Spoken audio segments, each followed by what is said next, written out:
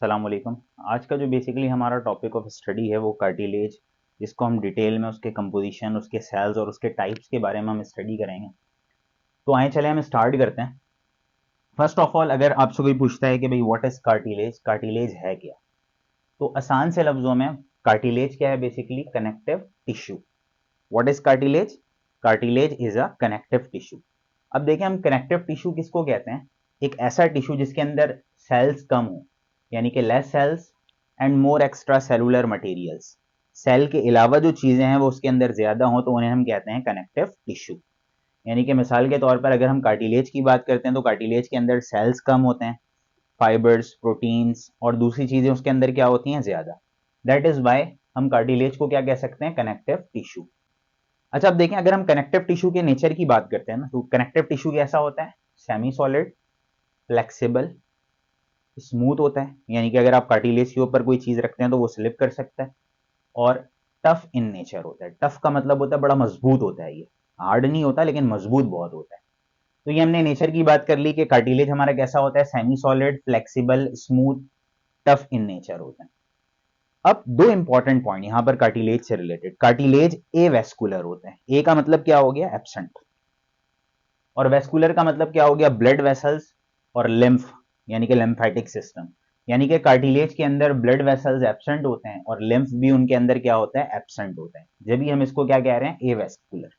इसको हम डायग्राम में जरा डिटेल में पढ़ेंगे कि ए वेस्कुलर कैसे है और ये कैसे सर्वाइव कर रहा है। और इसके अंदर नर्व्स भी एब्सेंट होते हैं। नर्व्स का मतलब नो सेंसेशन, यानी कि अगर मिसाल के तौर पर ये दो हड्डी है, दो हड्डी के बीच में कार्टिलेज मौजूद होता है, तो कार्टिलेज अगर रप्चर हो जाए, फट जाए, टूट जाए, तो इसकी जो सेंसेशन है ना वो ब्रेन तक नहीं जाती, क्योंकि कार्टिलेज के अंदर एब्सेंट कौन है? नर्व्स एब्सेंट होते हैं। तो लिहाजा जब कार्टिलेज टूट जाता है, ब्रेक हो जाता है, जब हड्डी आपस में टकराने लगती है तो हड्डी के डैमेज होने की वजह से सिग्नल ब्रेन तक जाता है। तो फिर हम एक्सरे वगैरह कराते हैं तो पता चलता है वहां पर कार्टिलेज क्या है? डैमेज हुआ हुआ है या रप्चर हुआ हुआ है।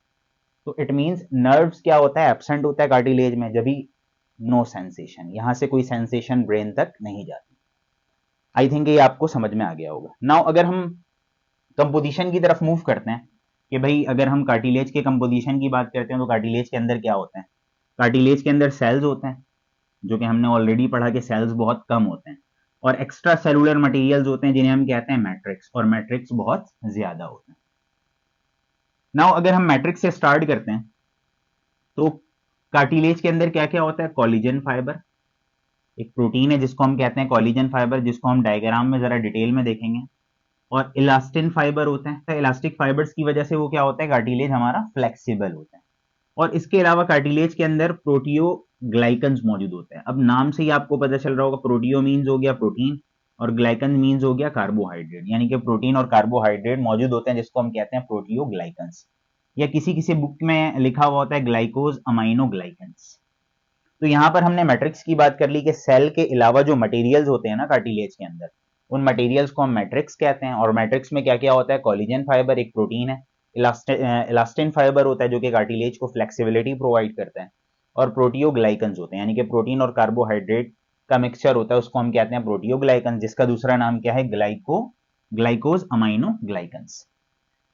नाउ देखें, इसके अलावा अगर हम एक इंपॉर्टेंट बात करते हैं ना, मैट्रिक्स के अंदर वाटर भी होता है, यानी कि कार्टिलेज के अंदर वाटर भी होता है और ऑलमोस्ट 80% तो वाटर होता है। यानी कि कार्टिलेज के अंदर वाटर बहुत ज्यादा होता है, अबाउट 80%। जबकि इसके प्रीवियस लेक्चर में हमने पढ़ा था कि बोन्स के अंदर भी वाटर होते हैं, लेकिन 10 to 20%। तो इट मीन्स कार्टिलेज के अंदर वाटर की कंपोजिशन या वाटर भी क्या होता है? ज्यादा होता है, 80%। नाउ अगर हम सेल की बात करते हैं, कार्टिलेज के अंदर बेसिकली एक ही सेल होता है जिसको हम कहते हैं कॉन्ड्रोसाइट्स। अब बेसिकली क्या है कि कॉन्ड्रोसाइट्स मेच्योर सेल्स को कहते हैं। जब कॉन्ड्रोसाइट्स छोटे होते हैं ना, इमेच्योर, तो उनको हम कहते हैं कॉन्ड्रोब्लास्ट। तो आपने याद रखना है कि कॉन्ड्रोब्लास्ट और कॉन्ड्रोसाइट एक ही चीज है। जब कार्टिलेज के सेल छोटे होते हैं, इमेच्योर, तो उनको हम कहते हैं कॉन्ड्रोसाइट। जब ये मेच्योर हो जाते हैं, बड़े हो जाते हैं, तो इन सेल्स को हम बेसिकली क्या कहते हैं? कॉन्ड्रोसाइट्स कहते हैं। तो आई थिंक यहां तक कंपोजिशन आपको समझ में आ गई होगी कि मैट्रिक्स होता है कार्टिलेज के अंदर और सेल्स होते हैं। ठीक है। और वाटर आपने अच्छे से याद रखना है कि वाटर कार्टिलेज के अंदर 80% होता है। ये पेपर में एमसीक्यूज पूछ लेगा आपसे। और कॉन्ड्रोब्लास्ट और कॉन्ड्रोसाइट्स में डिफरेंस क्या है? इमेच्योर सेल को हम कॉन्ड्रोब्लास्ट कहते हैं, वही सेल जब आगे आगे जाकर मेच्योर हो जाता है तो उसको हम कहते हैं कॉन्ड्रोसाइट्स। नाउ देखें, अगर हम स्ट्रक्चर की तरफ मूव करते हैं ना, पहले हम जरा से स्ट्रक्चर देख लेते हैं, फिर हम इसके टाइप्स और फंक्शंस को देख लेंगे। लेट सपोज मैंने कार्टिलेज को थोड़ा सा कट आउट किया और मैं जूम इन करके जरा माइक्रोस्कोप के थ्रू देख रहा हूं। तो जब कार्टिलेज को माइक्रोस्कोप के थ्रू देखेंगे ना, कार्टिलेज के बाहर किनारों पर एक लेयर होता है, ये मैंने ब्लू से बनाया। इन लेयर्स को हम कहते हैं पेरिकॉन्ड्रियम। इन लेयर्स को हम क्या कहते हैं? पेरिकॉन्ड्रियम कहते हैं। फिर पेरिकॉन्ड्रियम में यहां पर आप देख सकते हैं मैंने सेल बनाया हुआ है, यहां पर छोटे छोटे से सेल्स होते हैं। ये सेल्स बेसिकली कौन से सेल्स हैं? कॉन्ड्रोब्लास्ट। ये कॉन्ड्रोब्लास्ट ऑलरेडी हमने पढ़ा हुआ है ये। उसके अलावा कार्टिलेज के अंदर ये इलास्टिन फाइबर है। ये रेड वाला जो प्रोटीन है बेसिकली इलास्टिन फाइबर, जो फ्लेक्सिबिलिटी प्रोवाइड करेगा कार्टिलेज को। और उसके अलावा ये ग्रीन कलर के मैंने फाइब्रस लेयर बनाए हुए, दैट इज कोलेजन फाइबर। तो अब आपको समझ में आ गया होगा कार्टिलेज के अंदर ये इलास्टिन फाइबर कहां पर है, कोलेजन फाइबर कहां पर मौजूद है, और पेरिकॉन्ड्रियम आउटर लेयर होता है, बेसिकली साइडों वाला जो लेयर होता है कार्टिलेज का, उसको हम कहते हैं पेरिकॉन्ड्रियम।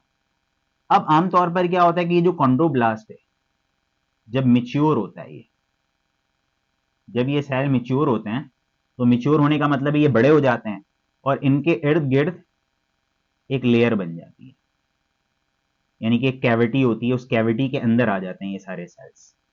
इस कैविटी को बेसिकली हम पता है क्या कहते हैं? लैक्यूना। यानी कि जब कॉन्ड्रोब्लास्ट मिच्योर हो जाता है, मिच्योर होने के बाद उसके इर्द गिर्द एक कैविटी बन जाती है, उस कैविटी को हम कहते हैं लैक्यूना। और उस कैविटी के अंदर जो सेल्स आ गए हैं, अब इनको हम कॉन्ड्रोब्लास्ट नहीं कहेंगे, क्या कहेंगे? कॉन्ड्रोसाइट्स। तो इट मींस ये जो कॉन्ड्रोसाइट्स हैं ये क्या है? मिच्योर सेल्स हैं। किसके अंदर मौजूद होते हैं? कैविटी के अंदर, जिसको हम कहते हैं लैक्यूना। आई थिंक ये आपको स्ट्रक्चर पूरा समझ में आ गया होगा। अब ब्लड वेसल्स आपको कहीं नजर नहीं आ रहा कार्टिलेज के अंदर, नर्व्स एब्सेंट है, लिम्फ कैपिलरीज क्या है? एब्सेंट। तो ये सरवाइव कैसे कर रहे हैं सेल्स? इनको फूड और न्यूट्रिशन कैसे मिल रहा है? तो एक बहुत इंपॉर्टेंट पॉइंट है, ये बात याद रखिएगा, यहां पर मैंने लिख के रखा हुआ है, बताया नहीं है। यहां पर मैंने लिख कर रखा हुआ है, बताया नहीं, कि get nourishment by diffusion from surrounding. यानी कि इसके जो सेल्स होते हैं ना कार्टिलेज के, ये जो अपने नरिशमेंट को हासिल करते हैं ना, ये डिफ्यूजन के प्रोसेस के थ्रू। डिफ्यूजन का मतलब क्या होता है? कोई भी चीज हायर कंसेंट्रेशन से कहां मूव करती है? Lower concentration. अब देखें ये कार्टिलेज है, कार्टिलेज के अंदर तो ब्लड वेसल्स नहीं है, लेकिन बाहर तो है ना। लेट सपोज ये रहा, ये ब्लड वेसल्स है, ब्लड वेसल्स के अंदर क्या मौजूद है? फूड और न्यूट्रिशन। तो इट मींस फूड और न्यूट्रिशन यहां तक तो पहुंच सकता है, यहां से आगे नहीं जा सकता, क्योंकि ब्लड वेसल्स क्या है? एब्सेंट। तो लिहाजा ये जो फूड और न्यूट्रिशन है यहाँ पर ज्यादा है, कार्टिलेज के अंदर कम है, तो ये डिफ्यूज होकर खुद ब खुद अंदर आता है। तो ये कॉन्ड्रोब्लास्ट को न्यूट्रिशन मिल जाती है, कॉन्ड्रोसाइट्स को न्यूट्रिशन मिल जाती है, जो चीज चाहिए वो यहाँ से एक्वायर कर लेते हैं। तो इट मींस फूड और न्यूट्रिशन डिफ्यूजन के प्रोसेस के थ्रू सेल्स तक पहुंचता है। आपने ये बात बहुत केयरफुली याद रखना है।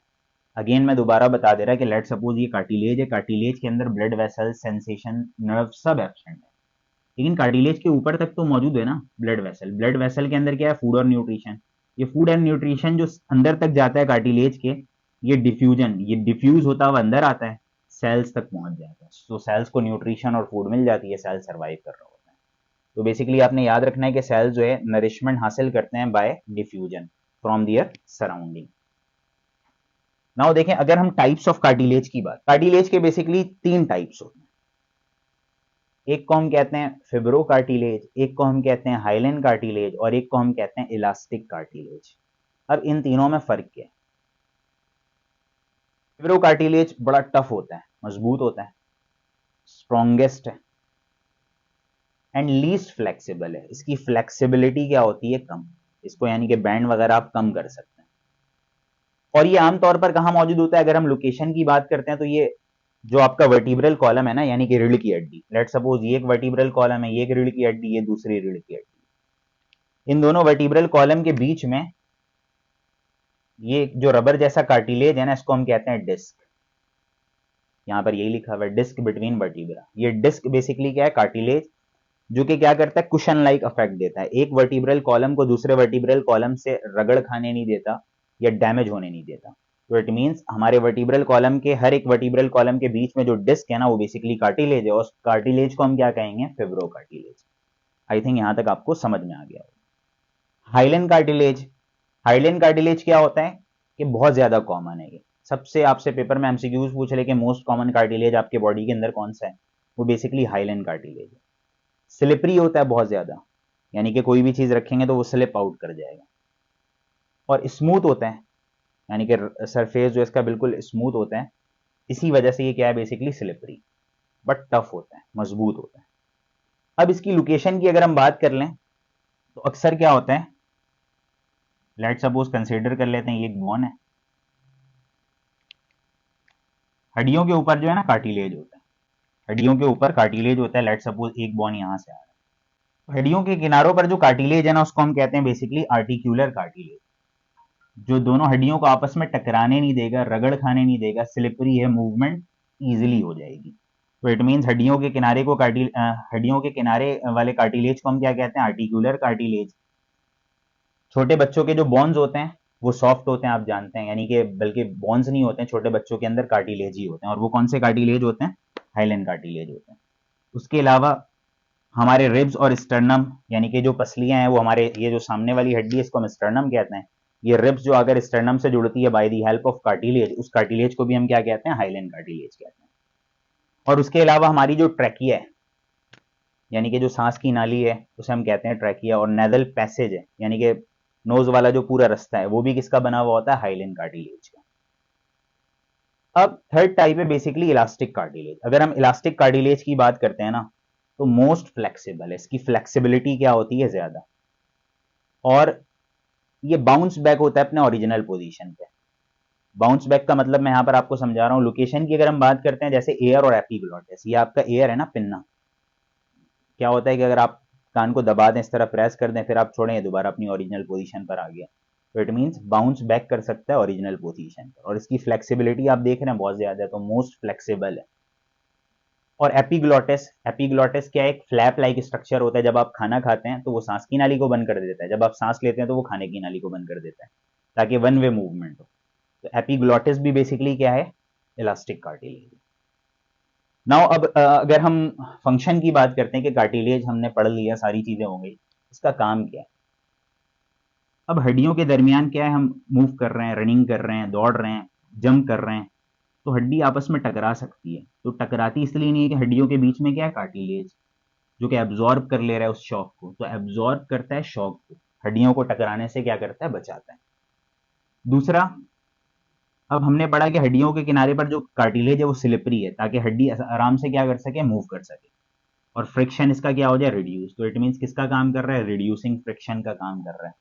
और सपोर्ट भी कर रहा है स्ट्रक्चर्स को। सपोर्ट का मतलब क्या हो गया, जैसे कि आपका जो रिब है वो स्टर्नम से अटैच हुआ हुआ है by the help of cartilage, तो सपोर्ट कर रहा है आपके कार्टिलेज को, तो सपोर्टिंग स्ट्रक्चर्स का काम करता है बेसिकली। आई होप ये पूरा लेक्चर आपको क्लियर कट समझ में आया होगा। मेरे हर लेक्चर के डिस्क्रिप्शन में ना जाकर आप रिटन फॉर्म में भी हासिल कर सकते हैं, यानी कि आपने पढ़ लिया, अब आपको तैयारी करनी है या लेक्चर की कॉपी अब बनाना चाह रहे हैं, पेपर के लिए तैयारी करना चाह रहे हैं, तो आप वीडियो के डिस्क्रिप्शन पर जाया करें, पूरा डिटेल लिखा हुआ होता है कि what is cartilage, types, functions, हर एक एक लेक्चर के एंड।